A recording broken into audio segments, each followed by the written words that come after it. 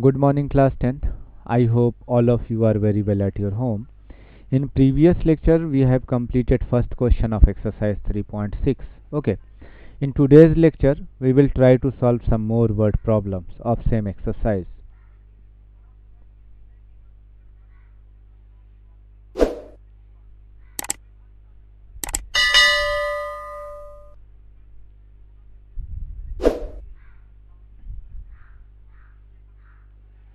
Now you can see the question on screen. A boat goes 30 km upstream and 44 km downstream in 10 hours. In 13 hours, it can go 40 km upstream and 55 km in downstream. Determine the speed of stream and the speed of boat in still water. यानी ठहरे हुए पानी में हमें boat की speed निकालनी है और उस नदी में जो धारा बह रहा है, वो जो पानी बह रही है, उसकी स्पीड पता करनी है। तो आइए करते हैं।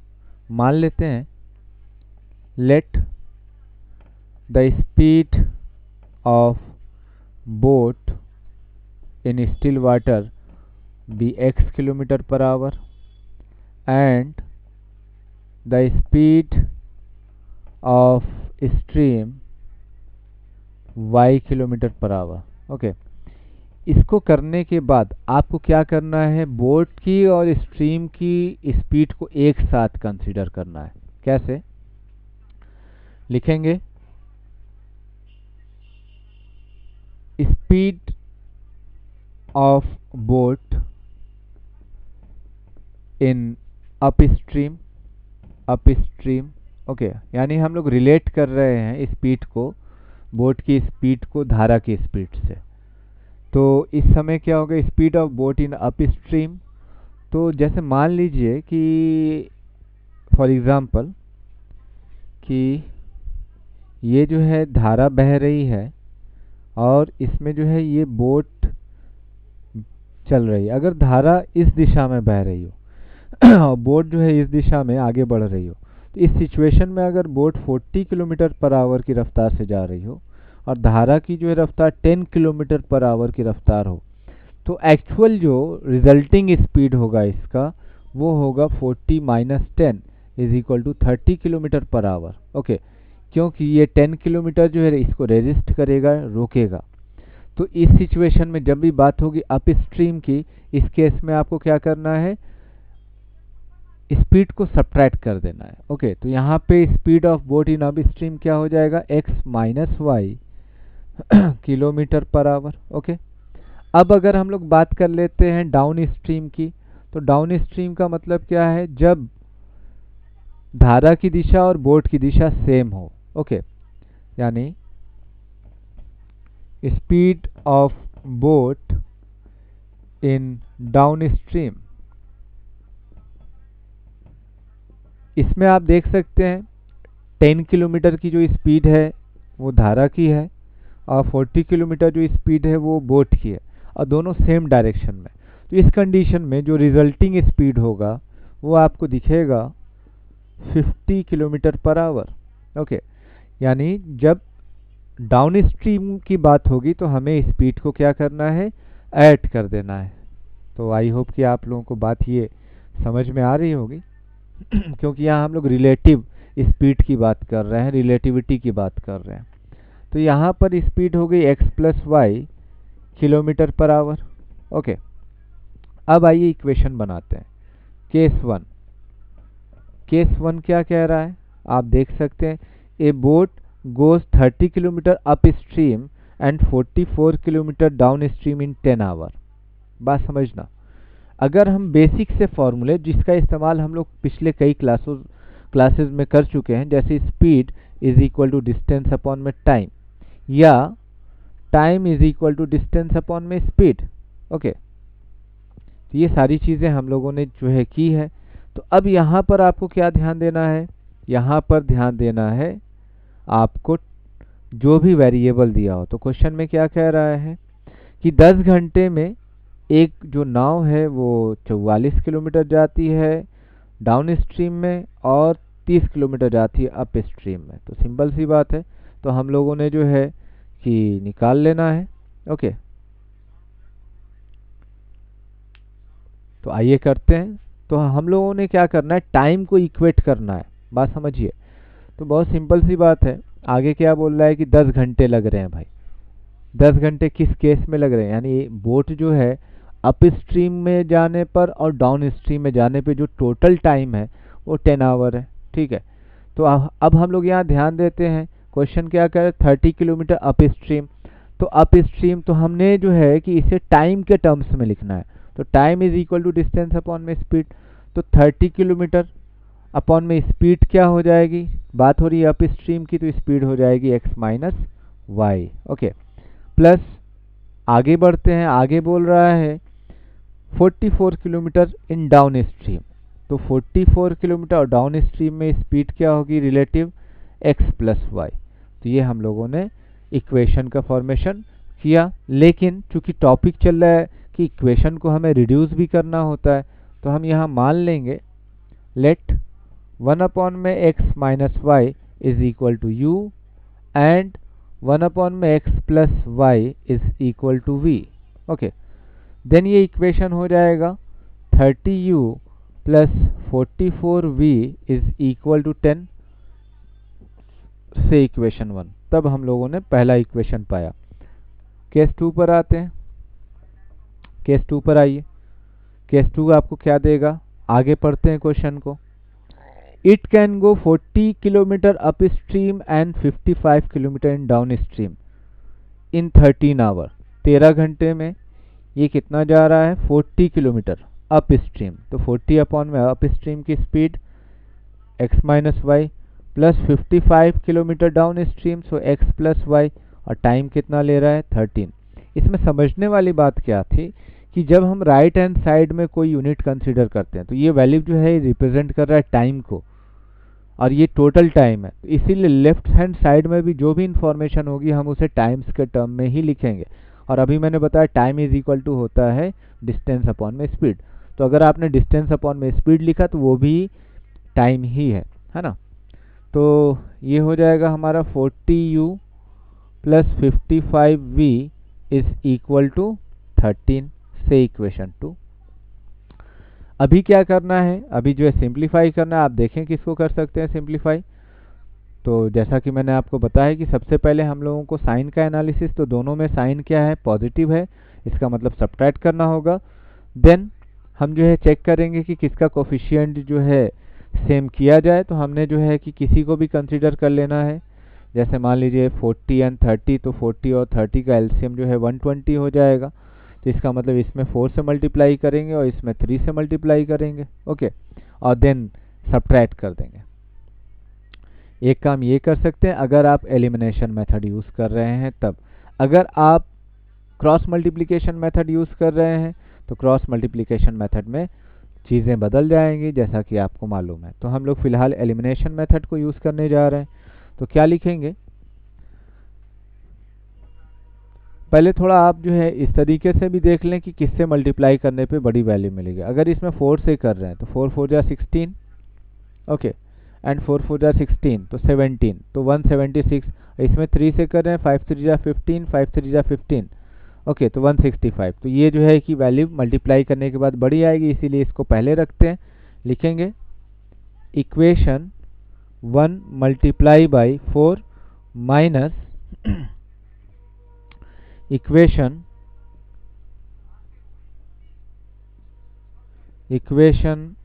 2 मल्टीप्लाई बाई 3। ओके, ये काम करना है हम लोगों को। तो इसमें 4 से करते हैं, तो ये 120u प्लस 1, तो 4 4 जा 16 एंड 4 4 जा 16, 117v is equal to 40।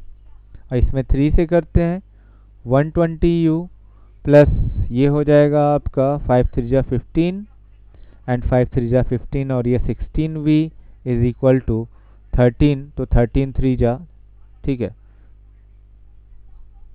39। Okay, subtract करना है तो चूंकि साइन चेंज होगा तो साइन चेंज कर दें आप और सब्ट्रैक्ट करें। यहाँ बचेगा 1, यहाँ पर भी 1, तो 11v is equal to 1। So v is equal to 1 upon में 11। बट ये किसके बराबर है, v बराबर है आपका, आपने मान रखा है 1 अपॉन में x प्लस वाई। सो 1/x+y। तो इससे आपको क्या निकल गया, x+y इज इक्वल टू 11 से इक्वेशन 3। ओके, जब भी इस टाइप का मिलेगा तो आपको दो नए इक्वेशन और मिलेंगे। फिर इसके बाद इस v की वैल्यू को हम लोगों ने सब्स्टिट्यूट करना है कहीं, तो जिसको भी आप बेहतर समझे, मैं इक्वेशन 1 में पुट करता हूँ। Putting the value of v in equation 1। Okay, तो 1 में v की वैल्यू पुट करते 30u plus 44 into 1/11 is equal to 10। तो ये हो जाएगा 4, 11 4 जा 44, और u इज इक्वल टू हो जाएगा 10 माइनस 4/30 या 6/30 या 1/5। तो u इज इक्वल टू 1/5 आ गया आपका, बट आपने u इज इक्वल टू क्या मान रखा है, 1/x-y।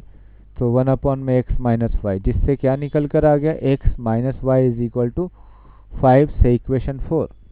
अब इक्वेशन 3 और 4 का एनालिसिस करेंगे, देखेंगे y के जो है अनलाइक साइन है ऐड कर देंगे, एडिंग, या ऐसे भी आप लिख सकते हैं इक्वेशन 3 प्लस इक्वेशन 4।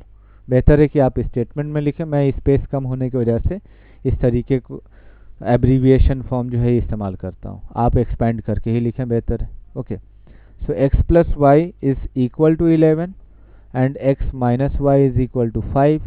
y से y गया, 2x is equal to 16, so x is equal to 8 kilometre per hour. ठीक है, तो x की वैल्यू क्या आ गई 8, और x क्या है, स्पीड ऑफ बोट। y निकाल लेते हैं। अब इस x की वैल्यू को किसी एक इक्वेशन में आप रख दें, तो मैं रख देता हूँ इक्वेशन 3 में। Putting the value of x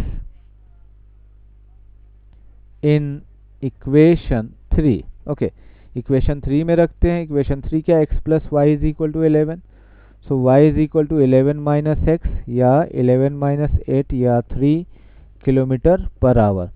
तो यहाँ पे जो है कि हम लोग देख सकते हैं कि बोट की स्पीड क्या आ गई, 8 किलोमीटर पर आवर, और स्ट्रीम यानी उस धारा की स्पीड आ गई 3 kilometre per our. I hope कि आप लोगों को समझ में आ गया होगा कि क्या क्या स्टेप्स हम लोगों को यूटिलाइज करना है। काफ़ी आसान कोर्स, थोड़ा लेंदी है, तो इसके लेंदी होने से आप घबराओ नहीं, क्योंकि मैं खुद ही इसको बहुत ज़्यादा एब्रीविएट करके किया हूँ, बहुत सी चीज़ें जो है, तो आप देख सकते हैं काफ़ी आसानी से हम लोगों ने इसका सलूशन पता कर लिया।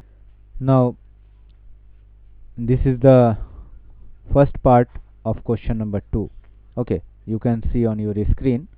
Ritu can row downstream 20 km in 2 hours. Okay, and upstream 4 km in 2 hours. Find her speed of rowing in still water and the speed of current. तो यहाँ पर भी हम लोगों ने सेम फिनोमिना को अप्लाई करना है, तो आइए देखते हैं कैसे होगा। सॉल्यूशन इसका निकाल लेते हैं। Let the speed of Ritu in still water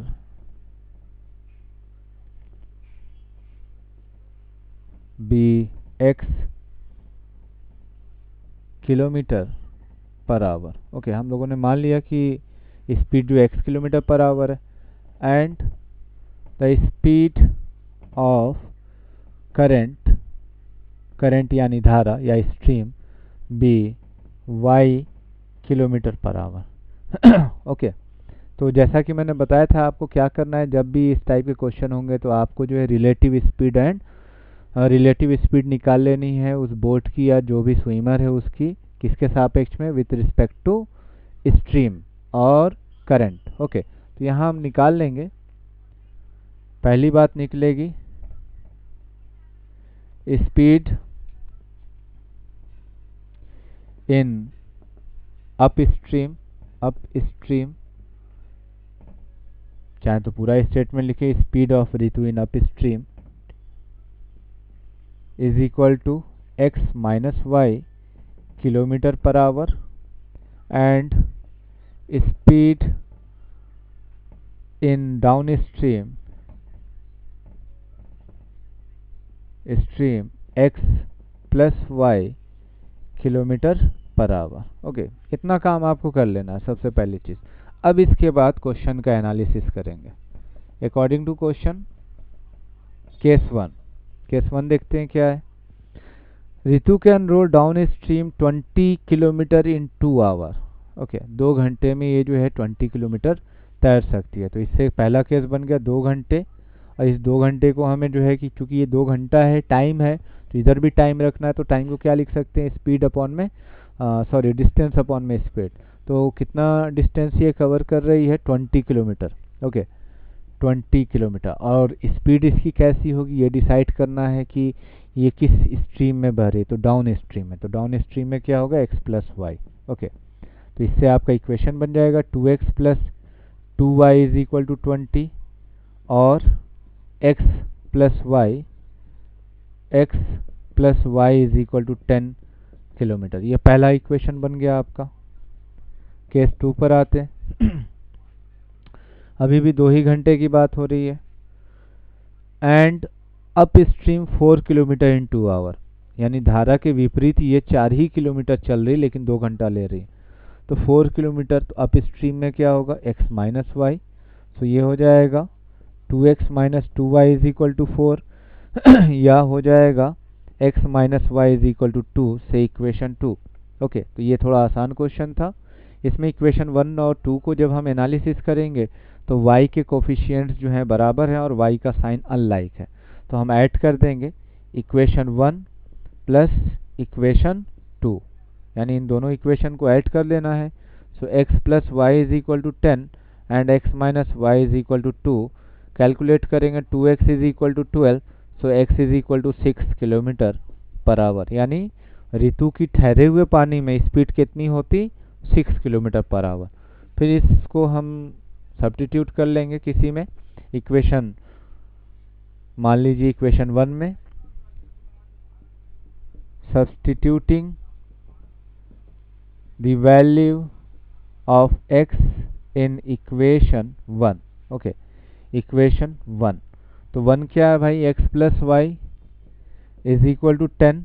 तो x की वैल्यू 6 है, so y is equal to 10 minus x, या 10 माइनस 6 या 4 किलोमीटर पर आवर। यानी धारा की जो स्पीड है, स्ट्रीम की स्पीड है या करंट की स्पीड 4 किलोमीटर पर आवर है। तो आई होप कि ये क्वेश्चन भी आप लोगों को काफ़ी आसानी से क्लियर हो गया होगा। ओके,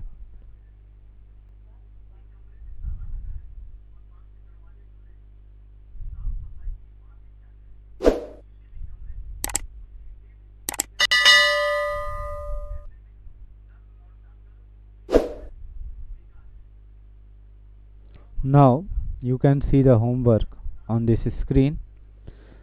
होमवर्क में 2 क्वेश्चंस जो हैं आपको दिए गए हैं, आप देख सकते हैं। पहला क्वेश्चन है, a motor boat can travel 30 kilometre upstream and 28 kilometre downstream in 7 hour. It can travel 21 kilometre upstream and return in 5 hour. Okay, find the speed of boat in still water and speed of stream। And the second question, a person rowing means तैरना, at the rate of 5 kilometer per hour in still water takes thrice as much time in going 40 kilometer upstream as in going 40 kilometer in downstream. Find the speed of the stream।